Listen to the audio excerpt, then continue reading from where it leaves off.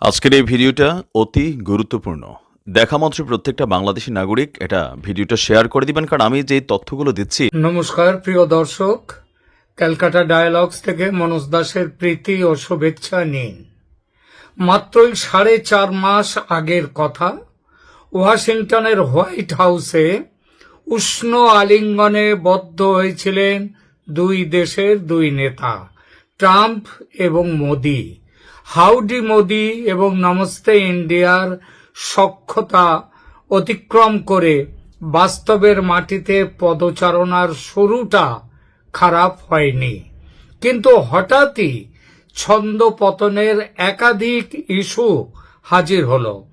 গত 4-5 মাস প্রথমে বাণিজ্য শুল্ক, তারপর রাশিয়ার কাছ থেকে অস্ত্র কেনা, তেল কেনা, তারপর পাকিস্তানি সন্ত্রাসী ঘাঁটিতে ভারতের আক্রমণ, 4 দিনের যুদ্ধ, এবং সেই যুদ্ধ মিটিয়ে দিয়েছেন বলে, যুদ্ধবিরতি করেছেন বলে ট্রাম্পের যে কি বলবো দাবি, এবং সেই দাবিকে ভারতের অস্বীকার ইত্যাদি ঘটনায় ভারত আমেরিকার সম্পর্ক বেশ চিড় ধরেছিল। এমনকি গত শনিবার রাশিয়া থেকে অপরিশোধিত পেট্রোলিয়ামজাত দ্রব্য ক্রয়ের শোধ তুলতে ভারত ও চীনের ওপর 500% মানে 500%, শতকরা 500% বাণিজ্য শুল্ক লাগানোর প্রস্তাব নিয়ে গভীরভাবে ভাবছেন বলে জানিয়েছিল ট্রাম্প সাহেবের সমর্থকরা। ট্রাম্প সাহেব নিজেও সেই প্রস্তাব আইনসভায় তুলবেন বলে ঘোষণা করেছিলেন। শুধু এই নয়, সদ্য সমাপ্ত কোয়াড বৈঠকে ভারতের দাবি মতো পহেলগাঁও হত্যাকাণ্ডের দায় সন্ত্রাসীদের ঘাড়ে চাপিয়ে এবং সন্ত্রাসবাদের বিরুদ্ধে জোরদার লড়াইয়ের শপথ নেয়ার পরেও আমেরিকার আপত্তিতে যৌথ বিবৃতিতে পাকিস্তানের নাম উল্লেখ করা যায়নি। বোঝাই যায় কোনো বিশেষ উদ্দেশ্য নিয়ে চলছে বলে পাকিস্তানকে ফেলতে পারছে না আমেরিকা। সেই না ফেলতে পারার অন্যতম কারণ হলো পাকিস্তানের জমিতে থাকা, মানে পাকিস্তানের দখলে থাকা পরমাণু অস্ত্র। পাকিস্তানের দখলে আছে বটে, পাকিস্তানে আছে বটে, কিন্তু তার আসল মালিক হলো আমেরিকা, এমন সন্দেহ বিশ্বের বহু প্রতিরক্ষা বিশেষজ্ঞের। হয়তো এজন্যই পাকিস্তানকে একটু রেখে ঢেকে চলতে হচ্ছে আমেরিকাকে। এমতো পরিস্থিতিতে কেউ যদি মনে করেন ভারত আমেরিকা আরো স্পষ্ট করে বললে মোদি এবং ট্রাম্পের মধুচন্দ্রিমা শেষ, তাহলে তিনি যে খুব একটা ভুল করছেন এমনটা কিন্তু বলা যায় না।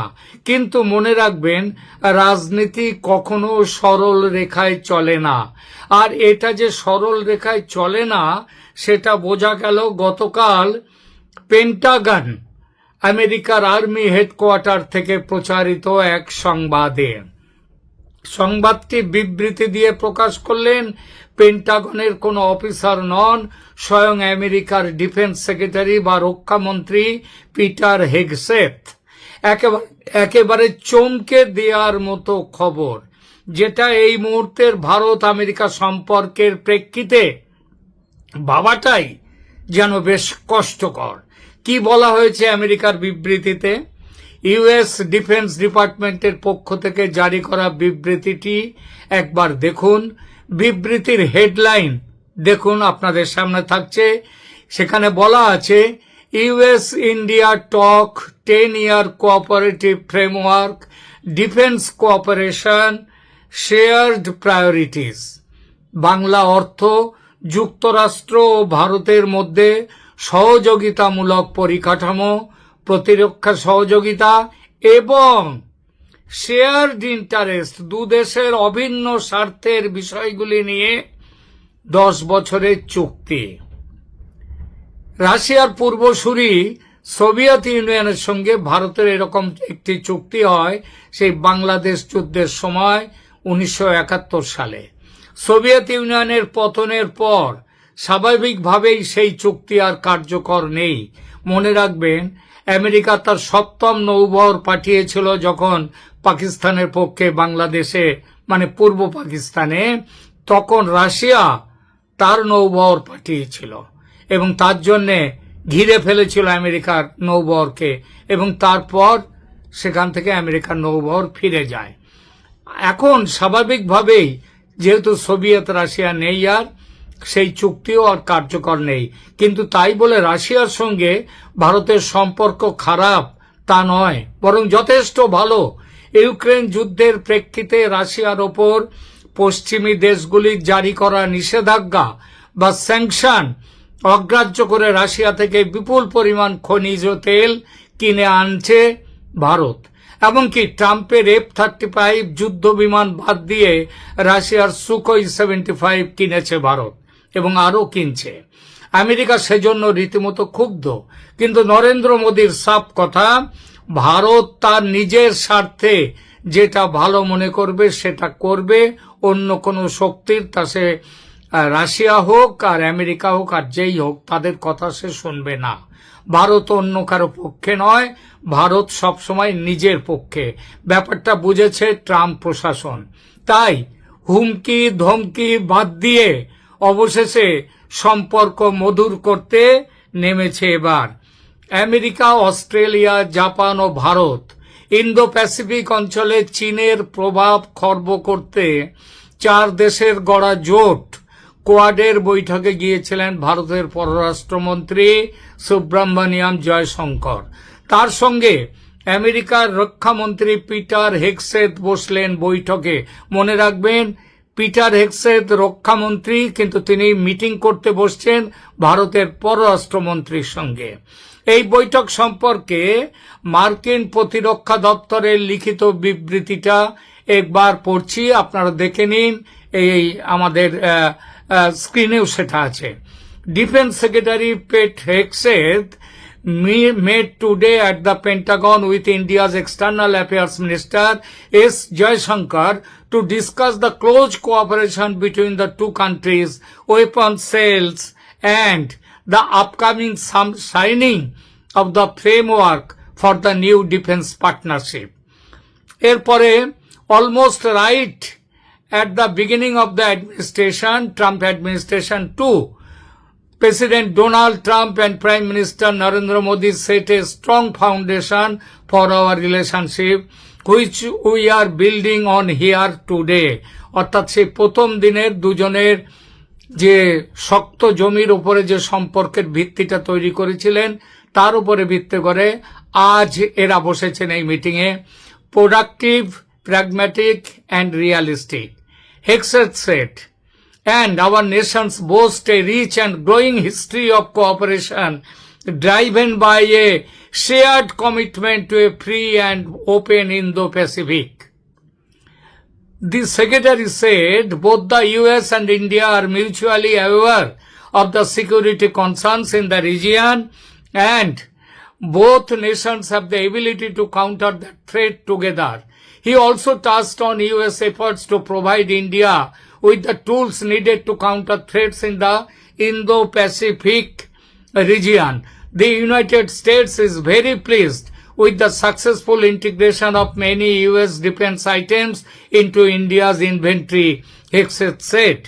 And building on this progress, we hope we can complete several major pending US defense sales to India, expand our shared defense industrial cooperation and co-production efforts, strengthen interoperability between our forces, and then formally sign a new 10-year framework for the US-India major defense partnership, which we hope to do very soon. এর অনেক বড় বিবৃতি, এর পরেও আরো অনেকটা আছে, অনেক বিষয়ের উল্লেখ আছে সেখানে, সবটা এখানে বলার দরকার নেই, আলোচনার মধ্যে সেটা আসেও না। যেটুকু পড়লাম তার সাদা বাংলায় মানেটা একবার বলে দিই। প্রতিরক্ষা সচিব পিট হেগসেথ আজ পেন্টাগনে ভারতের বিদেশ মন্ত্রী এস জয়শঙ্করের সাথে দেখা করেছেন। দুই দেশের মধ্যে ঘনিষ্ঠ সহযোগিতা, অস্ত্র বিক্রি এবং নতুন প্রতিরক্ষা অংশদারিত্বের জন্য আসন্ন কাঠামো স্বাক্ষর নিয়ে আলোচনা করতে।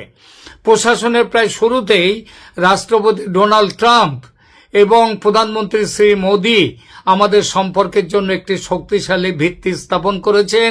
আর এই ভিত্তির উপর আমরা আজ এখানে গড়ে তুলছি উৎপাদনশীল, বাস্তববাদী এবং বাস্তবসম্মত কিছু বাস্তবসম্মত এই বলেন হেক্সেথ।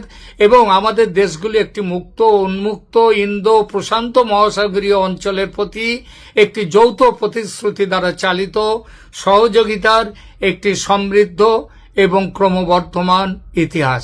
সেক্রেটারি বলেন যে মার্কিন যুক্তরাষ্ট্র এবং ভারত উভয়ই এই অঞ্চলের নিরাপত্তা উদ্বেগ সম্পর্কে পারস্পরিকভাবে সচেতন এবং উভয় দেশেরই একসাথে সেই হুমকি মোকাবিলা করার ক্ষমতা রয়েছে। তিনি ইন্দো প্রশান্ত মহাসাগরীয় অঞ্চলে হুমকি মোকাবেলায় ভারতকে প্রয়োজনীয় সরঞ্জাম সরবরাহ করার জন্য মার্কিন প্রচেষ্টার কথাও উল্লেখ করেছেন। ভারতের মজুদে অনেক মার্কিন প্রতিরক্ষা সামগ্রীর সফল সংহতকরণে মার্কিন যুক্তরাষ্ট্র অত্যন্ত সন্তুষ্ট, এটা হেক্সেথ বলেন। এবং এই অগ্রগতির ওপর ভিত্তি করে আমরা আশা করি আমরা ভারতে বেশ কয়েকটি প্রধান মুলতবি মার্কিন প্রতিরক্ষা বিক্রয় সম্পন্ন করতে পারব, আমাদের যৌথ প্রতিরক্ষা ইত্যাদি এরা বলেন। এবং তারপরে উনি বলেন শেষে যে আনুষ্ঠানিকভাবে মার্কিন ভারত প্রধান প্রতিরক্ষা অংশীদারিত্বের জন্য একটি নতুন 10 বছরের কাঠামো চুক্তি স্বাক্ষর করতে আমরা যাচ্ছি, যা আমরা খুব শীঘ্রই করার আশা রাখি। এই ঘোষণার মধ্যে উল্লেখযোগ্য অংশ হল শেয়ার্ড প্রায়োরিটিস বা দুদেশের স্বার্থ সংশ্লিষ্ট বিষয়গুলি নিয়ে চুক্তির কথাটি। বিশ্বস্ত সূত্র থেকে জানতে পারছি এই ব্যাপারে বাংলাদেশ প্রসঙ্গ উঠেছিল আলোচনায়। ভারত স্পষ্টভাবে জানিয়ে দেয় বাংলাদেশের অবৈধ ইউনূস সরকার কিভাবে দেশটাকে জঙ্গি রাষ্ট্র করে তুলেছে, কিভাবে হিন্দুরা আক্রান্ত হচ্ছে সেখানে। এই প্রসঙ্গে উঠে আসে বিনা বিচারে হিন্দু সন্ন্যাসী চিন্ময় কৃষ্ণ দাসকে অনির্দিষ্টকাল আটকে রাখা, কুমিল্লা সহ বিভিন্ন জায়গায় হিন্দু রমণীদের গণধর্ষণ প্রসঙ্গ। ভারতের পক্ষ থেকে মনে করিয়ে দেয়া হয় ট্রাম্পের সেই কথা যেটা তিনি 13-14 ফেব্রুয়ারি বলেছিলেন, I will leave Bangladesh matter to PM Modi. Bharat চায় বাংলাদেশে অবিলম্বে ফ্রি, ফেয়ার অ্যান্ড ইনক্লুসিভ সাধারণ নির্বাচন। আমেরিকার পক্ষ থেকে হিউম্যান করিডোর বিষয়টি তোলা হয়। এরপর এই ব্যাপারে ভারতের স্পষ্ট সমর্থনও চাওয়া হয়। ভারত স্পষ্টভাবে জানিয়ে দেয় এটা সে দেশের অভ্যন্তরীণ বিষয়, তবে সিদ্ধান্ত নেওয়ার ক্ষমতা একমাত্র আছে বাংলাদেশের নির্বাচিত বৈধ সরকারের, ইউনূসের অনির্বাচিত অবৈধ সরকারের নয়। এবং আমেরিকাও সেটা মেনে নেয়। আমেরিকার পক্ষ থেকে বলা হয় দ্রুত, ফ্রি, ফেয়ার এবং অন্তর্ভুক্তিমূলক মানে ইনক্লুসিভ ইলেকশন এর জন্য তারাও সচেষ্ট হবে। শুধু এই নয়, পিটার হেক্সেথ আরও বলেছেন দক্ষিণ এশিয়ার জিওপলিটিক্স নির্ধারণে দক্ষিণ এশিয়ার ব্যাপারে ভারত আমেরিকা একযোগে কাজ করবে। এই প্রেক্ষিতগুলো বিবেচনা করলে এটা বলা যায় ট্রাম্প সাহেব বুঝেছেন ভারতের গুরুত্ব, এটাও বুঝেছেন ভয় দেখিয়ে ভারতকে চেপে রাখা যাবে না, সুতরাং শেষ পর্যন্ত সন্ধির পথে হাঁটছেন। এটা এক অর্থে কিন্তু মহান শক্তিধর দেশ হলেও আমেরিকার পরাজয় এবং অনেক কম শক্তির দেশ হলেও ভারতের নরেন্দ্র মোদীর রাজনীতির জয়। আর এই সন্ধির পথ ধরে বাংলাদেশের মুক্তির আলো ক্রমশ স্পষ্টতর হয়ে উঠছে। আশা করাই যেতে পারে বাংলাদেশে এই বছরেই নির্বাচন হবে এবং আওয়ামী লীগ অংশ নেবে সেই নির্বাচনে। এ ব্যাপারে ভারতের সঙ্গে আমেরিকার সমস্ত চুক্তি এবং সেই চুক্তিতে সবগুলো বিষয় খুব শীঘ্রই উঠে আসবে। ভারতের প্রতিরক্ষা মন্ত্রী রাজনাথ সিং কয়েকদিনের মধ্যেই তিনি আমেরিকা যাচ্ছেন, আমেরিকায় এই চুক্তি স্বাক্ষর করবার জন্য।